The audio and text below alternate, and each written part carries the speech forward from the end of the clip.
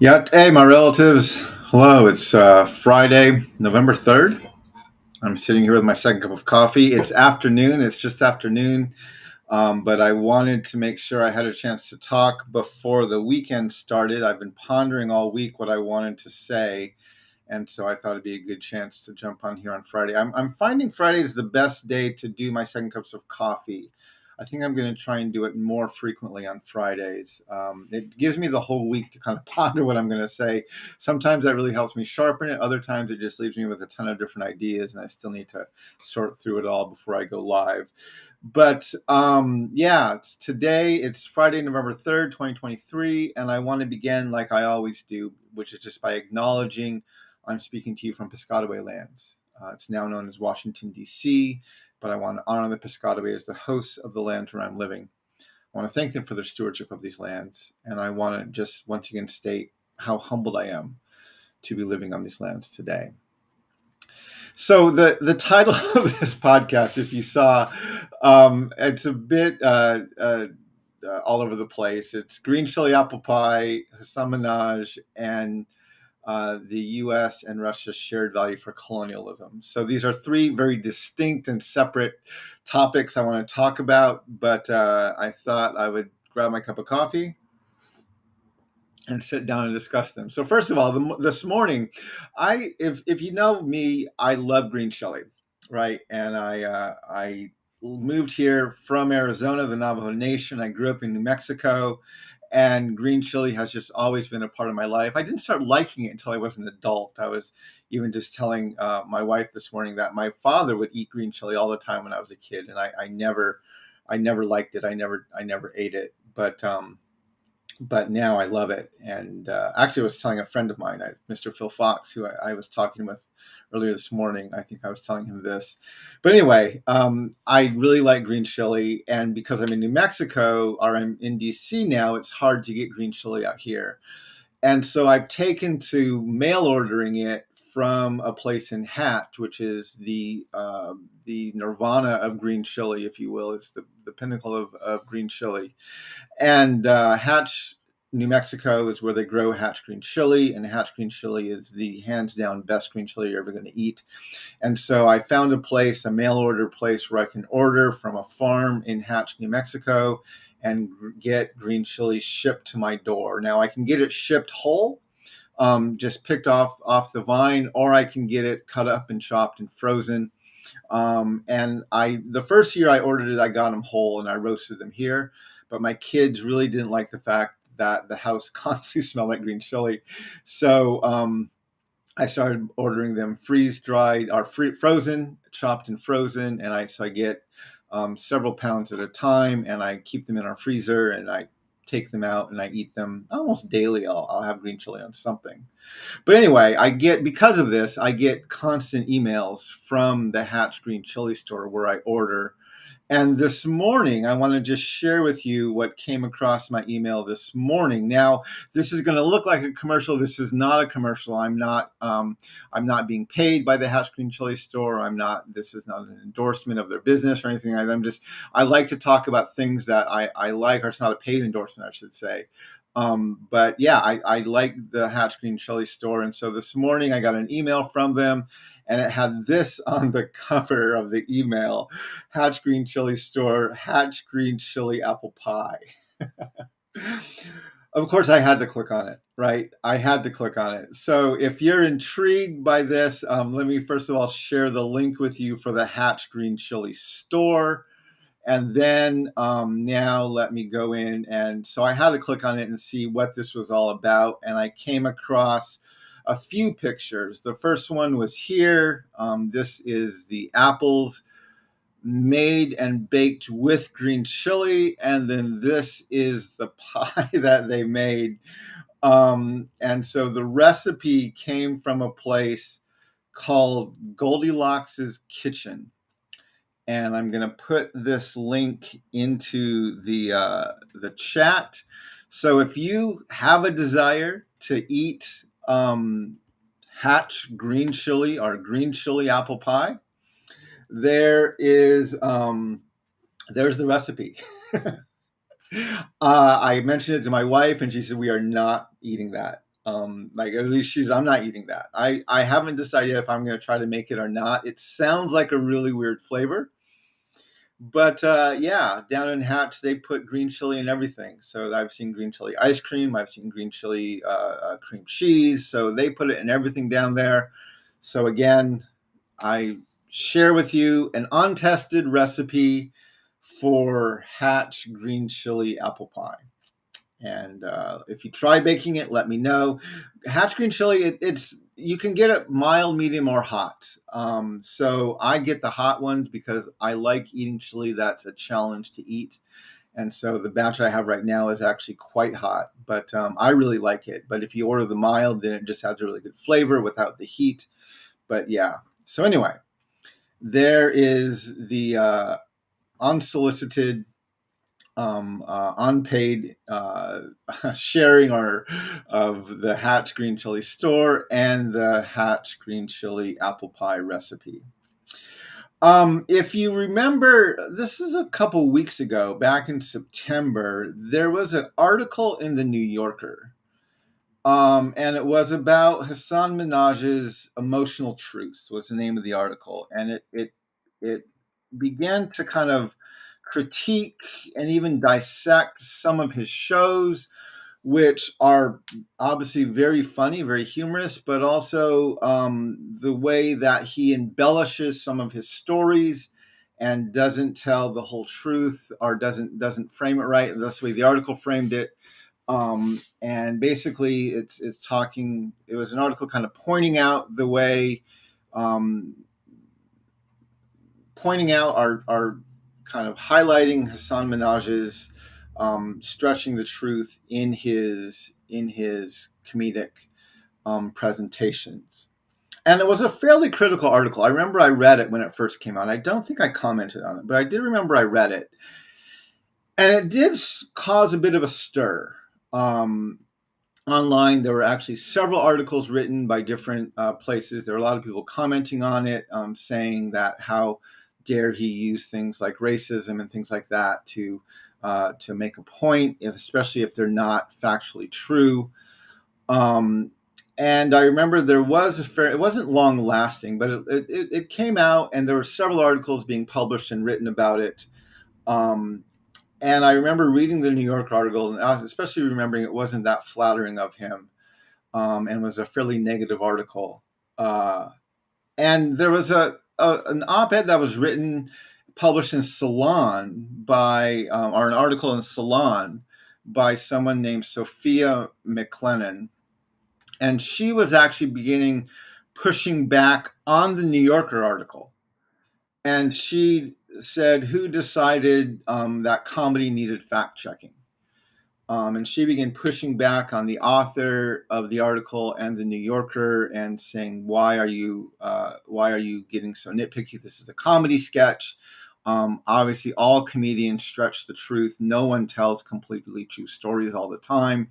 It's comedy. And that came out about a month ago, and I didn't pay much attention in the month after that. But then earlier this week, I saw that Hasan Minhaj released a YouTube video where he specifically addressed the controversy. Now, I like Hasan Minhaj. I've watched his videos. I like his sketches. I think he's a good guy. I think he has a lot of integrity. And so I watched his response yesterday. And it was very much almost like he was back on the Daily Show doing a news segment there. Because he went through and basically laid out kind of point by point the way that he shared details about these stories, told them how they were all factually true, but he did change some of the details of the stories to make a stronger, more emotional point. And he explained why he did this, and he went very much in depth with that. And then he explained how he explained all of this and gave all of the same information to the New Yorker, and they cherry picked what they used and what they didn't use to create a very negative picture of him in the article.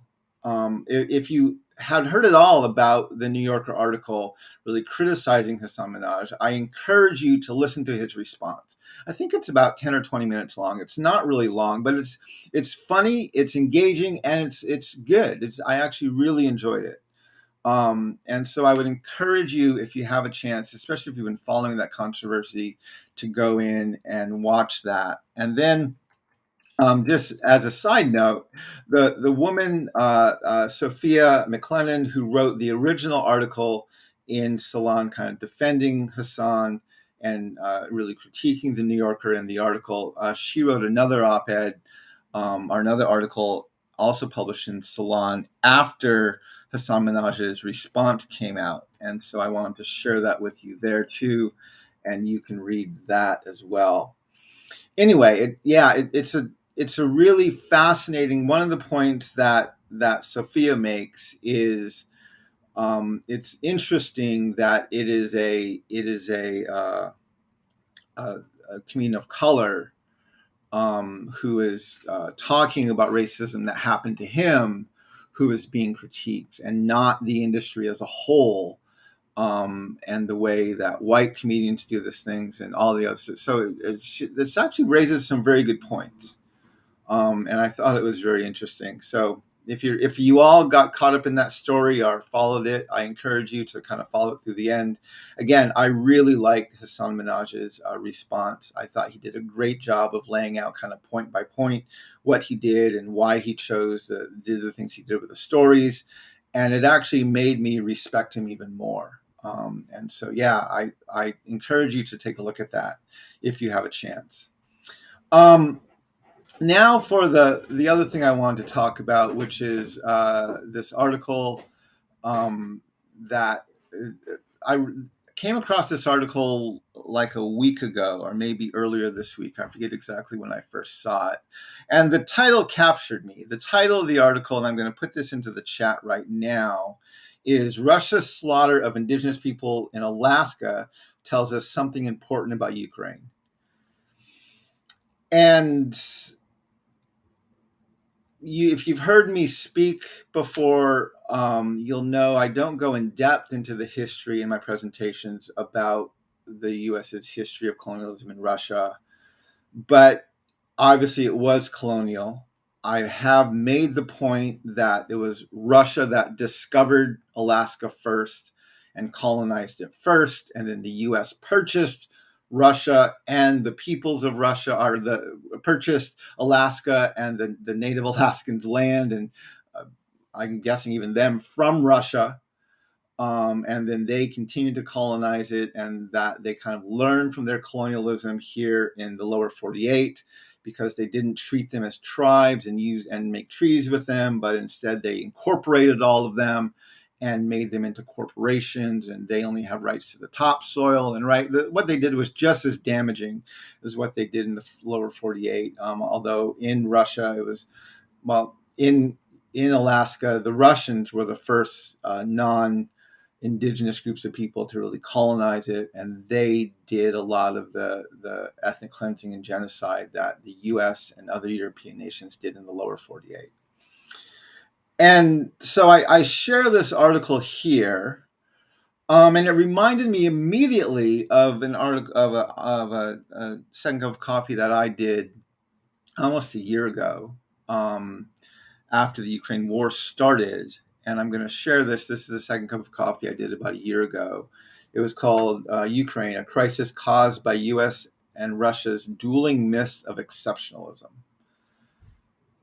And I in that second cup of coffee, I talked about how Russia absolutely has a myth of its own exceptionalism, and it has a colonial history as well. And what we have now in Ukraine is essentially the U.S. funding a war and Russia fighting a war. And both us and Russia, the U.S. and Russia, have myths of our own exceptionalism and use that exceptionalism to justify incredible violence against other peoples. And so I was actually pleased to see Politico write that article and highlight some of Russia's colonialism. in there. There was one point, however, I think there was a few things about the political article that troubled me. Again, it did not go in depth into the US's colonialism of Alaska.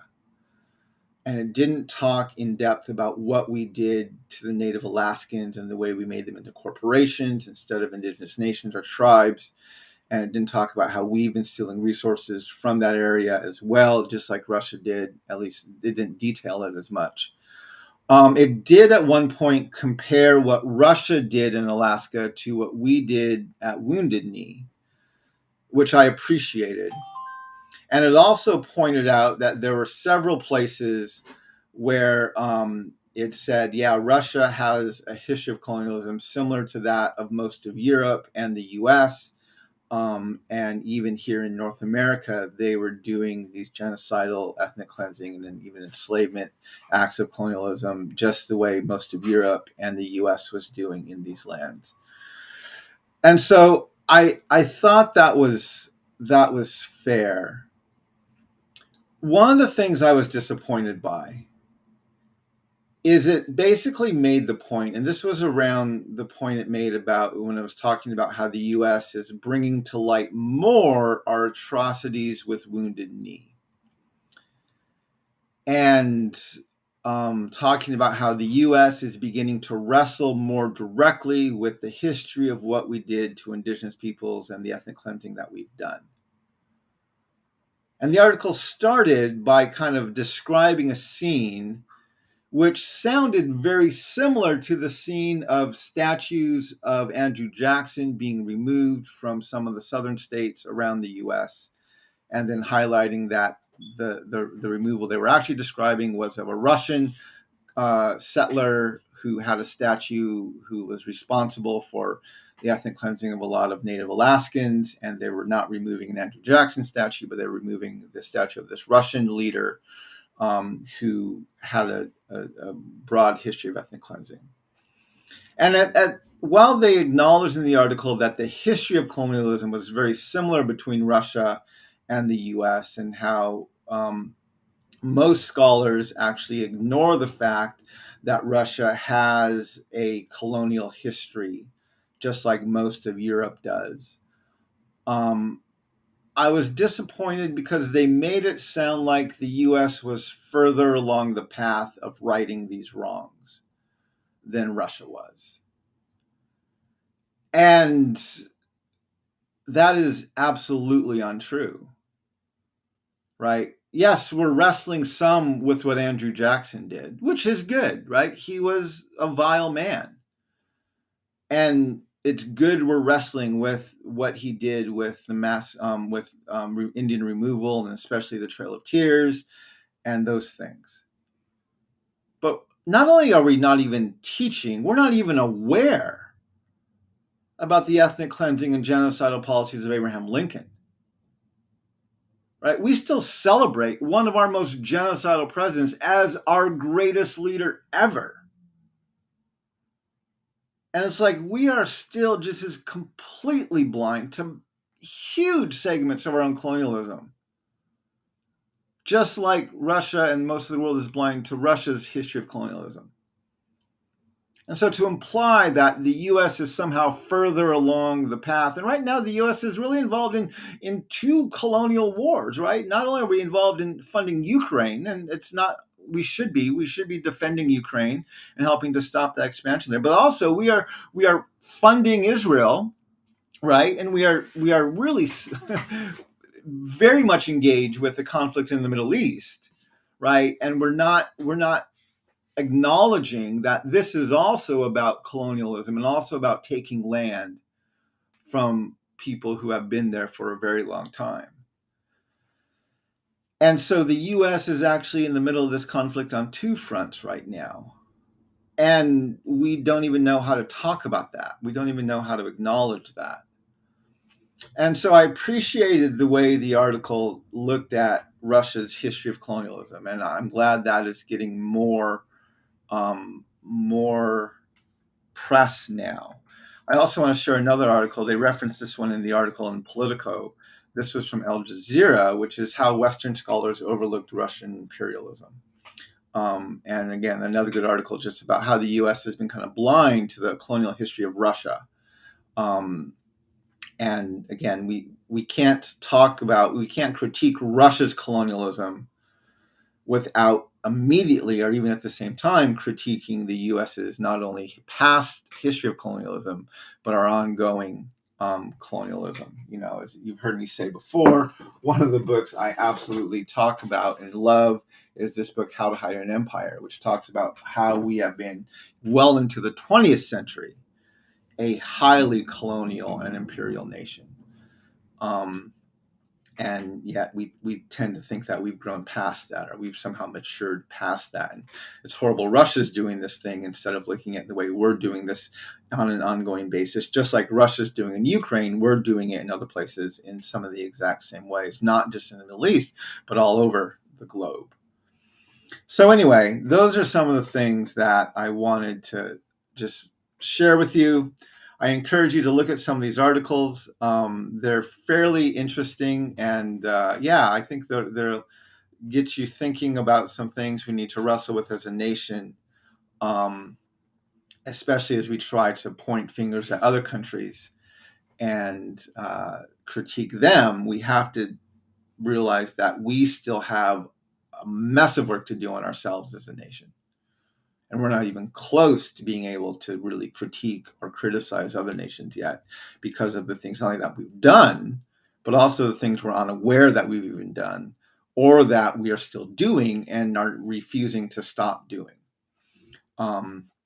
So anyway, I wanted to share some of those thoughts and get some of those in front of you today.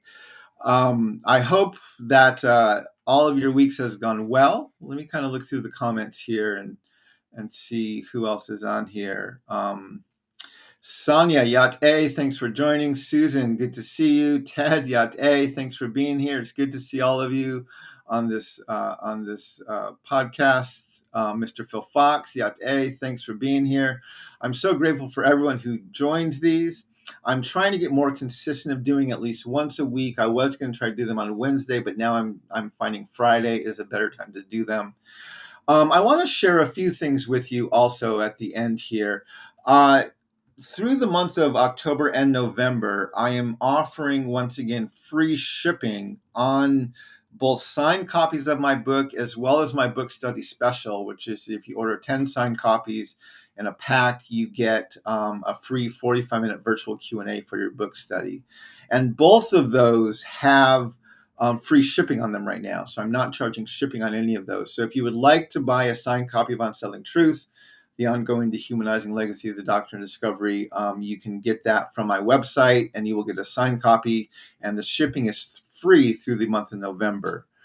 I've been looking at my Patreon, at my podcast and my YouTube channel. And some of you, I know if you watch my videos on YouTube, you probably see commercials or ads on some of my YouTube videos. I want you to know I haven't monetized my YouTube channel, so I'm not making any money on those ads. YouTube, because it's their channel, they reserve the right to place ads on any videos out there. And so some of my videos have ads on them. I have chosen so far not to monetize my YouTube channel. And one of the reasons I've done that is because once I start accepting money for ads being shown on my content, that at least opens the door to those advertisers having some influence over what I can and cannot say, over what I'm able to really talk about on my Second Cups of Coffee. And so because of that, I've chosen not to monetize my YouTube channel. So I'm not making money off the ads that you're seeing. One of the ways that I'm trying to support the work that I'm doing is I have a Patreon site. And on my most basic level of my Patreon, the lowest tier on my Patreon, it's $5 a month. And if you subscribe to that, you get a monthly update that I give out just about my schedule and what I'm doing and where I'm going to be and things going on, as well as you get ad-free access, both audio and video, to my second cups of coffee and other things that I post on my YouTube channel. And so I usually put those up a few hours after I finish live streaming them, and they go up there and you can watch them ad free there. And so I, by no means do I require, do I want to guilt anyone to doing this, but if you want to find a way to support the work that I'm doing and to keep having the honest conversations that I really try to have on my social media channels, I'm not immediately looking to monetize. I've been thinking about it and talking about it, but every time I think about it, I'm like, yeah, the reason I don't is because I don't want to have anything stifling what I feel like I have the freedom to say and the things I want to discuss on my channels. And so if you would like to support me, you can subscribe to my Patreon. And even if you just do it once for 5 months, you'll get access to not only my current cups of coffee that I do that will be ad free, but also to all the other ones that have been archived there over the past 2 years since I started my Patreon. So anyway, those are just a few ways that you can support my work and help me to continue to talk about the things I try to talk about in as honest and as an open way that I can. But my relatives, I hope your cup of coffee is just as good as mine is. I hope you have a great weekend. Walk in beauty, and may we all learn how to walk in beauty together. Ashahat and hakonet.